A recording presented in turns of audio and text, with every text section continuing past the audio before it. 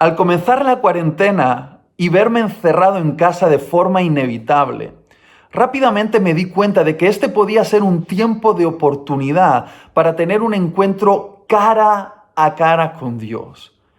Lo que no pensaba en ese momento es que este también iba a ser un tiempo de oportunidad para tener un encuentro cara a cara conmigo mismo. Y quiero ser muy honesto contigo. Lo que he descubierto en ese encuentro cara a cara conmigo mismo no me ha gustado. Descubrí que había algunos asuntos en mi alma y en mi forma de vida que tenían que ser corregidos. Y al principio me sentí un poquito frustrado por la situación. Lo que esperaba que fuese un encuentro idílico con mi Señor, de repente se convirtió en una especie de encuentro con las cosas más turbias, sucias o desordenadas de mi propio corazón. Pero escuché la voz dulce del Espíritu Santo diciéndome: Itiel, este es un tiempo de oportunidad que te estoy dando, un stop en tu vida para que puedas resolver tus asuntos pendientes. Y sin duda me tomé muy en serio estas palabras del Espíritu Santo y hasta el día de hoy he resuelto algunos asuntos que tenía sin resolver en mi vida durante bastante tiempo. Por eso quiero compartir este mensaje contigo, este mensaje que he titulado "Es la hora de resolver tus asuntos pendientes".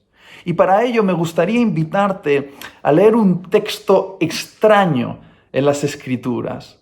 Probablemente este texto que vamos a leer es el texto más extraño del Antiguo Testamento. Seguramente es la primera vez que escuchas un mensaje acerca de este texto y es probable que sea la última vez que escuches un mensaje acerca de este texto.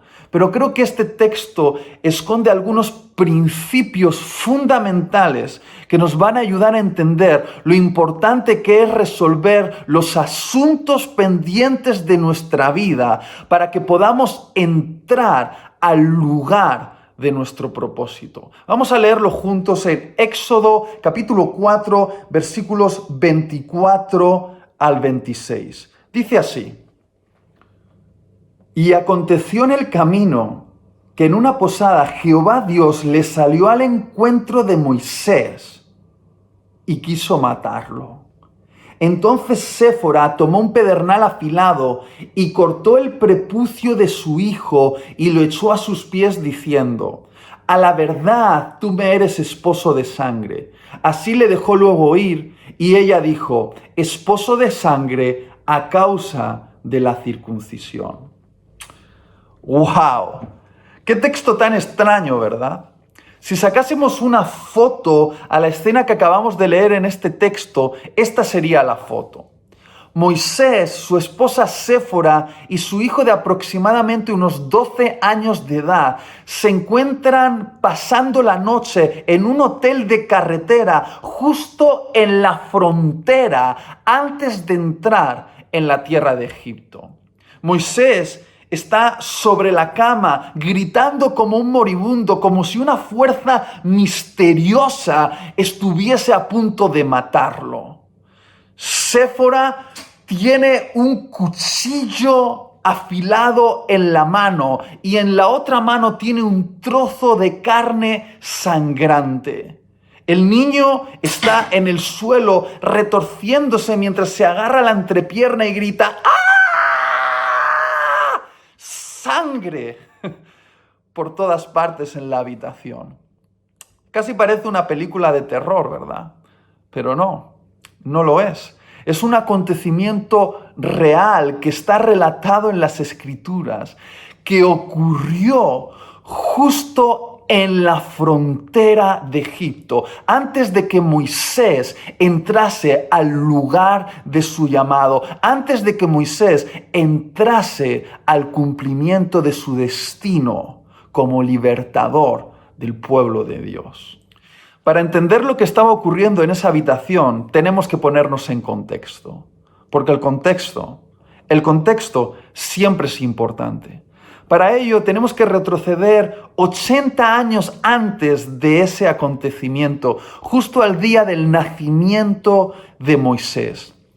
Ese bebé judío que nació en tierra de los egipcios. Ya desde el momento de su nacimiento, Moisés era un condenado a muerte. El faraón había firmado un edicto para que todo niño judío fuese asesinado.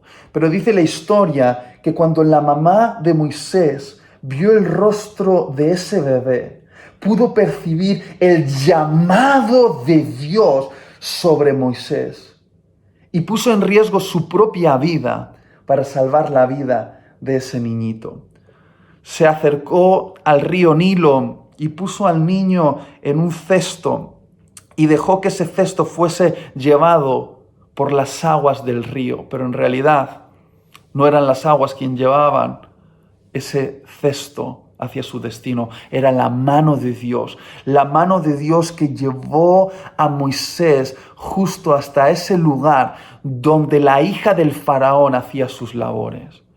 Cuando la hija del faraón vio a ese bebé, algo dentro de su corazón se conmovió y quiso adoptarlo como suyo. Y literalmente ese niñito judío fue criado en el palacio del faraón egipcio. Y durante 40 años Moisés recibió la educación egipcia, que era la educación más alta y desarrollada de la época. Fue educado en todas las artes y ciencias egipcias. Fue educado para convertirse en un príncipe egipcio. Pero algo dentro de Moisés le recordaba que él tenía sangre hebrea y había un celo en su corazón por su propio pueblo, un pueblo que estaba oprimido por el poder de los egipcios, un pueblo que estaba siendo torturado y esclavizado por ese imperio opresor. Y dice la Biblia que en un momento Moisés observó cómo uno de los egipcios estaba maltratando a uno de los hebreos. Y yo me imagino la historia así, creo que el celo del llamado de Dios en Moisés ardió con tanta fuerza en su corazón que Moisés agarró una piedra y se abalanzó contra el egipcio y golpeándole en la cabeza, lo mató. Me imagino que Moisés miró a su izquierda y su derecha para ver si alguien había visto el asesinato e intentó enterrar el cadáver, esconder su delito. Finalmente, como era de esperar, Moisés fue descubierto y Moisés tuvo que huir como un proscrito de la tierra de Egipto. Y quiero hacer un paréntesis aquí porque creo que hay un principio muy importante que no debemos olvidar y es el siguiente: el fin no justifica los medios. Lo voy a volver a decir. El fin no justifica los medios. Es cierto que Dios quería liberar a su pueblo. Y es cierto que Dios sacudiría el imperio egipcio para hacerlo. Pero Dios quería hacerlo a su manera y Moisés pensó que él podría hacerlo a la suya. Y quiero decir una cosa: Moisés intentó hacer la voluntad de Dios con la fuerza de su carne. Y un fin lícito no justifica el uso de medios ilícitos. Si hacemos esto, el resultado va a ser terminar enterrando cadáveres. Es decir, vamos a pasar el resto de nuestra vida escondiendo nuestros desastres. Pero volvamos a la historia. Finalmente Moisés huye al desierto durante 40 años más, como un proscrito, y termina casándose, teniendo un hijo, y ese que había sido educado para ser un príncipe de Egipto, termina convirtiéndose en el pastor de las ovejas de su suegro. Parecía que el pasado había quedado atrás, pero de repente cuando Moisés tiene 80 años, un día cuando está pastoreando a las ovejas de su suegro, tiene un encuentro con Dios. Dios se le aparece en una zarza ardiendo y comienza a tener una conversación con Moisés, una conversación incómoda que la podemos resumir de la siguiente manera. Dios le dice a Moisés, Moisés, ¿recuerdas lo que hace 40 años intentaste hacer con tus fuerzas? Muy bien, ahora las vas a hacer con las mías. Y Moisés puso un montón de excusas a Dios para no aceptar la misión de regresar a Egipto para liberar al pueblo de Israel de la opresión de ese imperio. Y sin duda tenía un montón de razones para poner excusas, porque imagínate, Dios estaba enviando a Moisés a enfrentarse con el imperio más poderoso de su época, el imperio más poderoso económica y militarmente, con el único arma de un palo. Un palo en las manos de Moisés era el arma con el cual Moisés iba a enfrentarse a todo un imperio. Una locura. Sin embargo, de esa conversación entre Dios y Moisés aprendemos algo, que si discutes con Dios, siempre sales perdiendo. Él es muy persuasivo.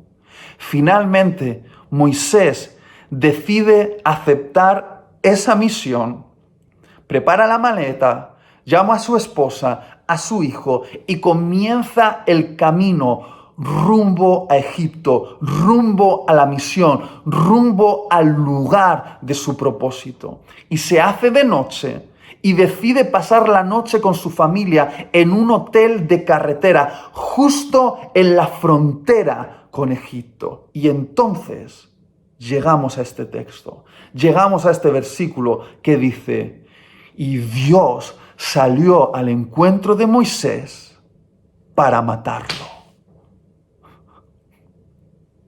¿Quién lo entiende? Después de hacer tanto esfuerzo para convencer a Moisés, cuando Moisés va rumbo a cumplir la misión, Dios sale al encuentro de Moisés para matarlo. ¿Por qué? Por favor, préstame toda la atención que te sea posible en los próximos minutos. Porque a través de este mensaje querría dar respuesta a esta pregunta. ¿Por qué Dios querría matar a Moisés si fue Dios quien lo había enviado a Egipto? ¿Por qué? Porque Moisés tenía un asunto pendiente. Moisés tenía un asunto sin resolver, un asunto importante que Moisés conocía, pero que durante años había intentado ignorar. Un asunto que durante décadas parecía haber pasado inadvertido para Dios, como si Dios no le hubiese dado importancia, pero que justo en la frontera, cuando Moisés está a punto de entrar al lugar de su llamado, ese asunto se vuelve tan determinante para Dios, que Dios está dispuesto a abortar la misión por esa causa. Entonces, ¿cuál era el asunto pendiente de Moisés? Si te fijas bien en el texto, te darás cuenta de que el asunto pendiente de Moisés era la circuncisión de su hijo. Algunos al escuchar esto podrían pensar que ese era un asunto menor, un trocito de carne que había quedado sin cortar en el miembro viril de su hijo. Y sí, podría parecer algo sin importancia si no entendemos el contexto, porque el contexto, una vez más, es importante. La circuncisión, ese corte en el miembro viril de todo judío, no solo era una marca física en su cuerpo, sino que fue la señal de un pacto entre Dios y el fundador, el patriarca Abraham, el padre de todos los judíos. Dios le dijo a Abraham que todo niño judío debía ser circuncidado al 8º día de nacimiento y que esa sería una señal que señalaría que que ese pueblo era de pertenencia a Dios. No era solo una marca en el cuerpo, era una marca de propiedad sobre todo un pueblo. Y los hebreos lo sabían. Los hebreos sabían que esa era la marca que designaba la pertenencia a Dios. Y sin embargo Moisés, por alguna razón que no sabemos, no había circuncidado a su hijo. De hecho, los teólogos afirman que probablemente en ese momento el hijo de Moisés tendría aproximadamente unos 12 años de edad. Y por alguna razón que desconocemos, no sabemos si por dejadez, por ofensa, por renuncia a sus raíces, no lo sabemos bien. Moisés no había circuncidado a su hijo. Y durante años, ese asunto, ese trocito de carne en el miembro viril de su hijo parecía haber pasado inadvertido para Dios. Pero justo en la frontera, cuando Moisés está a punto de entrar al lugar de su llamado, resolver ese asunto pendiente se vuelve importante para Dios. Sé que puede parecer que Dios estaba exagerando las cosas, pero entiende esto, por favor, entiéndelo bien. Dios estaba enviando a Moisés como el libertador del pueblo judío de la opresión de los egipcios. Moisés iba a dirigir a más de 1 millón de personas a través del desierto hacia la tierra prometida para inaugurar una nueva nación. Y Dios iba a usar a Moisés para transmitir sus leyes, la cultura de su reino al pueblo. Y la cuestión es, ¿qué autoridad tendría Moisés para enseñar la ley de Dios a los israelitas si él no había cumplido uno de los mandamientos más fundamentales que Dios les había dado? ¿Qué autoridad tendría Moisés para decir al pueblo, así es como Dios quiere que viváis, si él en una cosa tan pequeña y tan fundamental como la circuncisión no había sido obediente? Dios sabía que ese trocito de carne en el prepucio de su hijo podía robarle la credibilidad a Moisés. Parecía solo un trocito de carne, pero en realidad se trataba de su aptitud para liderar al pueblo hacia la libertad. Al igual que Moisés, muchas veces nosotros decimos, es solo un trocito de carne, pero en realidad ¿es solo un trocito de carne? Porque muchas veces detrás de un trocito de carne se esconde un corazón rebelde. Ahora, ¿te has dado cuenta de esa estrategia de nuestra alma para no ser acusada por la conciencia, de ponerle nombres tolerables a nuestros asuntos pendientes? Muchas veces me he encontrado a jóvenes diciéndome, Itiel, es que a mí me cuesta levantarme por la mañana y terminar mis tareas y entregarlas a tiempo porque tengo problemas con mi disciplina. No lo llames problemas con tu disciplina, llámalo pereza, porque es así como se llama. He escuchado a algunos hombres acercarse a mí y decirme, Itiel, es que yo necesito conquistar el corazón de las mujeres y obtener sus besos e ir de una cama a otra porque mi padre me abandonó y tengo carencia de amor. No lo llames carencia de amor, llámalo lujuria porque es así como se llama. He escuchado también a algunas mujeres decir, es que cuando pierdo el control, agarro los platos, la vajilla en casa y la empiezo a estampar contra el suelo o la lanzo contra la gente en la casa porque tengo un carácter fuerte. ¡Ey! No lo llames carácter fuerte, llámalo ira, porque es así como se llama. ¿Qué estrategia la de nuestra alma? La de cambiar nuestros asuntos pendientes, cambiándoles el nombre para hacerlos más tolerables. Recuerdo una conversación con el Espíritu Santo donde Él me dijo: Itiel, cuando te presentes delante de mí para hablarme de tus asuntos pendientes, quiero que sepas que yo voy a ser compasivo contigo. Pero te pido una cosa. Te pido que los llames por su nombre, que no le pongas un nombre digerible, sino que uses el nombre correcto, que uses el nombre que te comprima las tripas. ¿Por qué? Porque solo hasta que le pongas el nombre correcto a tus asuntos pendientes, podrás tratar con ellos. En el caso de Moisés, parecía solo un trocito de carne, pero en realidad se trataba de desobediencia. Y algunos aquí pueden decirme: ¿cómo que desobediencia? ¿Acaso Moisés no había mostrado sus buenas intenciones a Dios, haciendo sus maletas y yendo rumbo a Egipto? Cierto. Moisés tenía buenas intenciones, pero estaba siendo desobediente a Dios. Y aquí hay un principio que espero que pueda grabarse a fuego en nuestras almas, y es el siguiente: Dios no bendice tus intenciones, Dios bendice tu obediencia.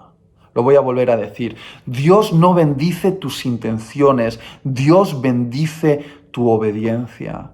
Porque si las buenas intenciones sirviesen de algo, el 1 de enero todos tendríamos mejor salud, una mejor devoción a Dios y más dinero ahorrado en el banco. Pero queridos, todos sabemos que las buenas intenciones no son suficientes. A esas buenas intenciones hay que añadirles una acción, es decir, hay que ir al gimnasio para tener mejor salud, hay que levantarse una hora antes para orar y leer la Biblia, hay que ahorrar dinero y decir no a algunos deseos caprichosos para tener más dinero en el banco. Es decir, las buenas intenciones no producen resultados si no van acompañadas de acciones.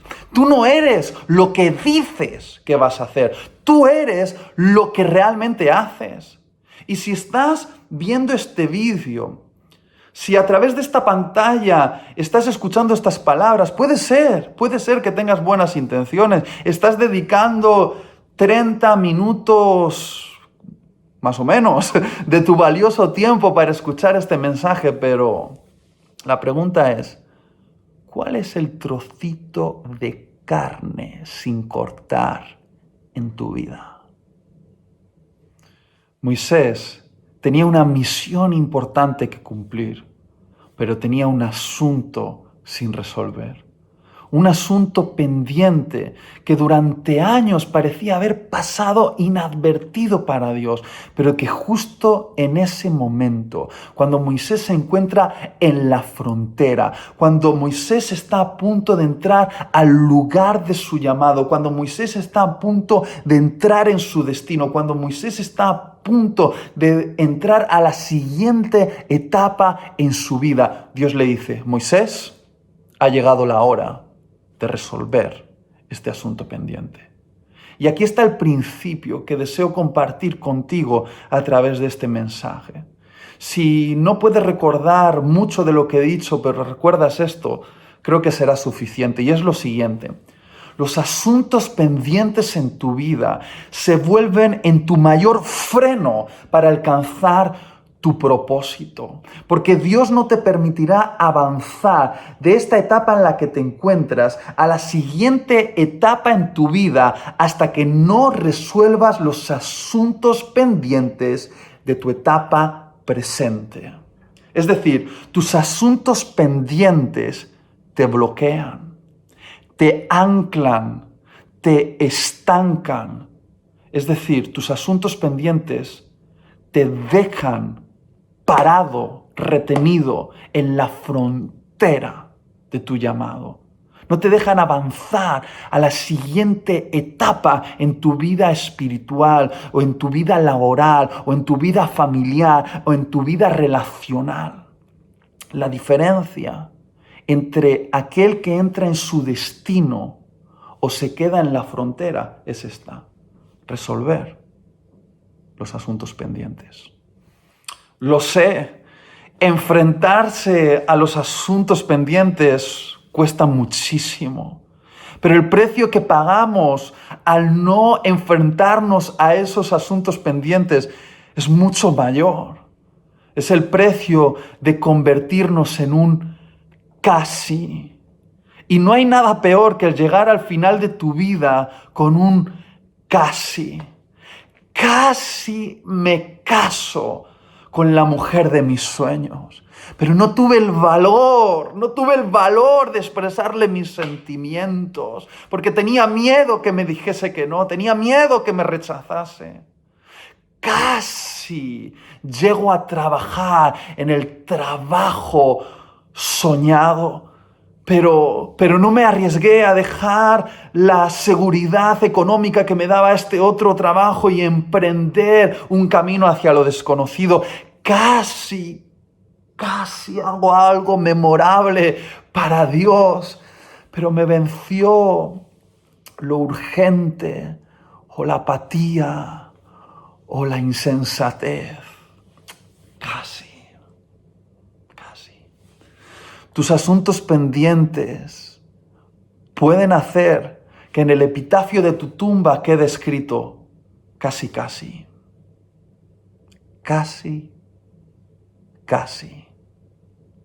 Pero Dios quiere que llegues al cumplimiento de tus propósitos. Él tiene un libro escrito con tu historia, capítulos emocionantes que Él está esperando leer sobre tu vida, pero es necesario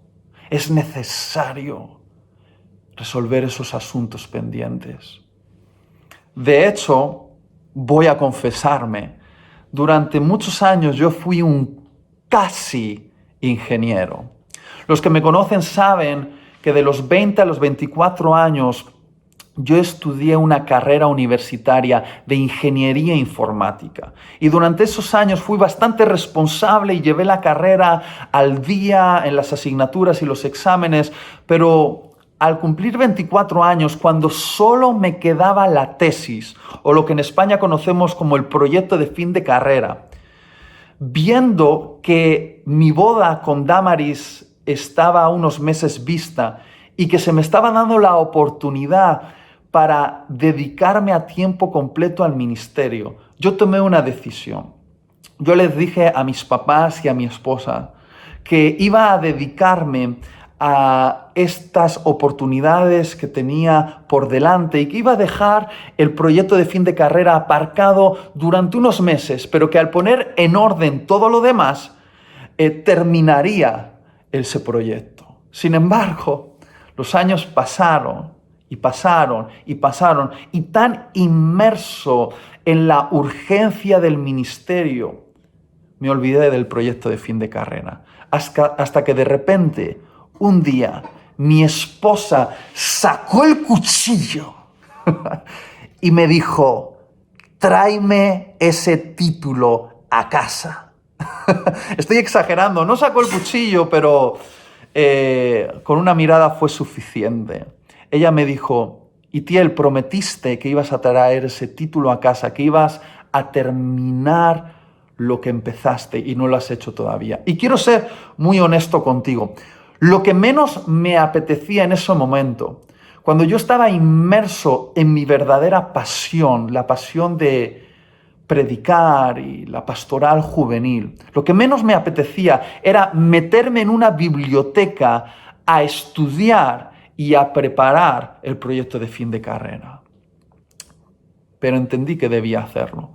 Y durante semanas o meses dediqué horas y horas a la finalización de ese proyecto, hasta que finalmente lo presenté delante del tribunal y pude traer ese título a casa.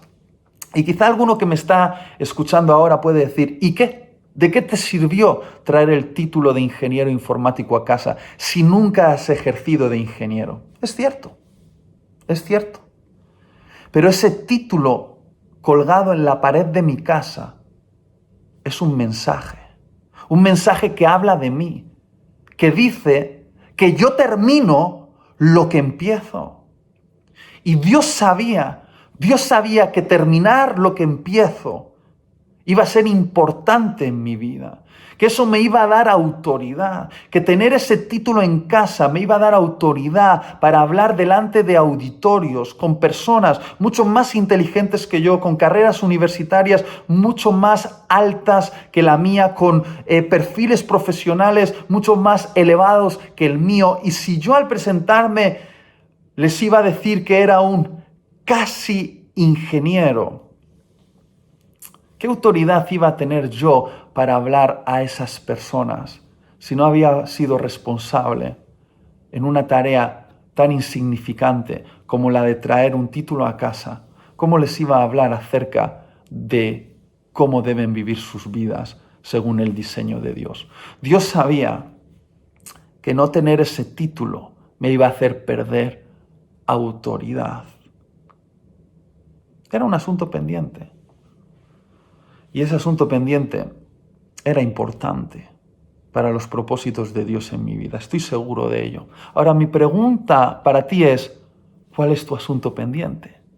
Quizá, al igual que en mi caso, sea terminar una carrera que comenzaste hace unos años atrás, o sea emprender un negocio, o sea declarar tu amor a una persona que amas, o cortar una relación tóxica en tu vida, o pedir perdón a alguien a quien ofendiste, o perdonar ya de una vez a esa persona que te ofendió, o decir a Dios que vas en serio y realmente ir en serio. Quizás sea bautizarte, quizás sea tomar mayor responsabilidad en tu iglesia local, quizás sea convertirte en un esposo que muestra cariño a su esposa, quizás sea el convertirte en una esposa que sabe honrar a su esposo, quizás sea convertirte en un hijo o en una hija obediente, quizás sea pasar más tiempo con tus hijos. No sé cuál es tu asunto pendiente, pero deja de procrastinar. Es curioso que nuestra generación tenga una palabra, por cierto, bastante difícil de pronunciar, para definir ese síndrome que todos nosotros tenemos de postergar las tareas pendientes. Me estoy refiriendo a la palabra procrastinación. Ahora, ¿qué significa procrastinar? Procrastinar significa postergar tareas importantes por otras que nos resultan más gratificantes, pero que son irrelevantes. Yo lo resumo así. Procrastinar es sacrificar lo importante sobre el altar de lo gratificante. Y todos tenemos algunos ejemplos en nuestra vida de procrastinación. Procrastinación que a veces se sale de nuestro control. ¿Cuántos nos hemos sentado en una mesa sabiendo que teníamos que preparar un informe importante para nuestro trabajo y hemos terminado navegando por YouTube, terminando viendo una serie de vídeos de cómo hablar con los chimpancés, ¿verdad? ¿O cuántas veces sabías que tenías que enfrentar un asunto importante o hacer un trabajo o, en mi caso, preparar una predicación, pero antes voy a hacerme un café? Y luego me voy a quitar este pelo de la nariz. Y después me voy a cepillar los dientes. Y luego voy a ordenar las camisas por colores. Y si todavía tengo tiempo, quizá ordeno los libros de mi estantería por orden alfabético. La procrastinación. Y voy a ser muy claro contigo, y creo que lo sabes. Procrastinar forma parte de la naturaleza humana. Todos nosotros necesitamos procrastinar. Me atrevo a decir que cierta dosis de procrastinación es saludable para nuestro cerebro. Pero hay que ponerle límites. Hay que ponerle límites porque puede echar a perder nuestro propósito. Porque, ¿qué tal si estamos perdiendo grandes oportunidades por entretenernos en algo tan estúpido como hacer slide infinito en nuestro smartphone? Los psicólogos afirman que aquellos que consiguen vencer la tentación de la procrastinación es porque han descubierto su porqué. Es decir, un porqué que es más poderoso en su corazón que la pereza o la apatía o el miedo o cualquier otra razón. Y estoy seguro que muchos de los que me estáis escuchando a través de esta pantalla sabéis perfectamente qué tenéis que hacer, cómo lo tenéis que hacer, pero aún no habéis respondido en el núcleo de vuestra alma al por qué tenéis que hacerlo. Y si no descubres tu por qué, no tendrás una razón poderosa para decir no a la gratificación inmediata y decir sí a la tarea importante. Y quiero terminar este mensaje desafiándote a que encuentres tu porqué, que le preguntes al Espíritu Santo cuál es tu porqué. Moisés tenía un porqué y tú tienes un porqué. Por favor, escúchame. Me gustaría estar ahí contigo, cara a cara, agarrarte de los hombros y mirarte a los ojos para rogarte que encuentres tu porqué. Pero esta pantalla nos separa, pero yo sé que el Espíritu Santo es el que está cara a cara contigo y está moviendo tu corazón y te está susurrando en las profundidades de tu alma. Es hora de determinar tu porqué. Porque al igual que Moisés, tú tienes un porqué enfrentarte a ese asunto pendiente. ¿Sabes por qué? Porque alguien te salvó la vida para algo. Quizá al igual que Moisés, cuya madre estuvo dispuesta a poner en riesgo su vida para salvar la vida de ese bebé, hubo una madre o una abuela que oró por ti durante años para salvarte la vida, que intercedió a tu favor, que ayunó por ti para que tu vida fuese salvada de ese desastre en el cual estabas metido o metida. Y si no fuese el caso, quiero decirte que a pesar de eso, sí que hubo alguien que intercedió a tu favor para salvarte la vida, clavado en una cruz, sufriendo dolor y vergüenza para salvar tu vida de la muerte. Me estoy refiriendo a Jesús. Ese Jesús que al derramar cada gota de su sangre en esa cruz te estaba diciendo que Él creía que tu porqué merecía el derramamiento de su sangre. Y si no es suficiente para ti, déjame decirte otro porqué. Porque si no resuelves tus asuntos pendientes, tus familiares, tus seres queridos sufren.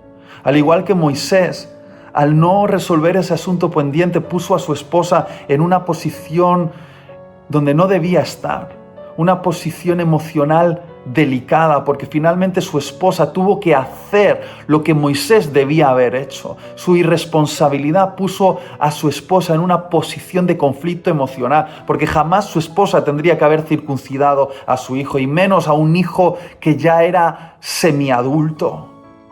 ¿Y sabes qué? Tus asuntos pendientes afectan a tus seres queridos. ¿Por qué? Porque les hacen sufrir. Porque ver que te detienes, que no avanzas, que te estancas, hacen sufrir a tus seres queridos, a tu esposa, a tu esposo, a tus papás, a tus amigos. Y si no es suficiente todavía, ¿por qué? Porque esta vida no es un ensayo. Porque hay fecha de entrega. Porque un día nos vamos a ver cara a cara con Dios y nos va a preguntar cómo vivimos nuestra vida, si dimos honor a su sacrificio y nos atrevimos a alcanzar el propósito que Él había diseñado para nosotros.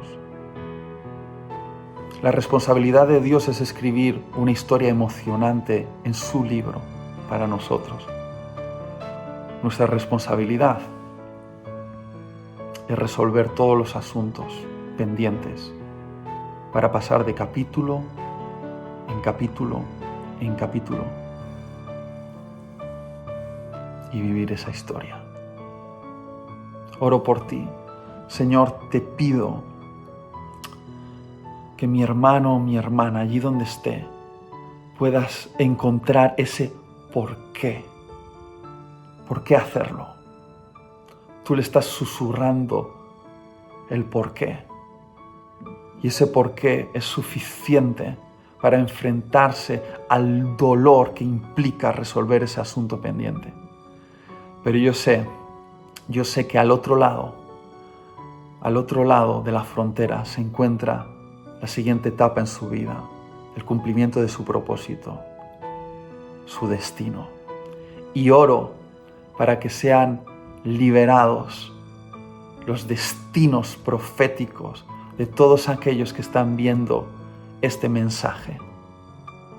Señor, es la hora, ahora, de resolver los asuntos pendientes. Amén.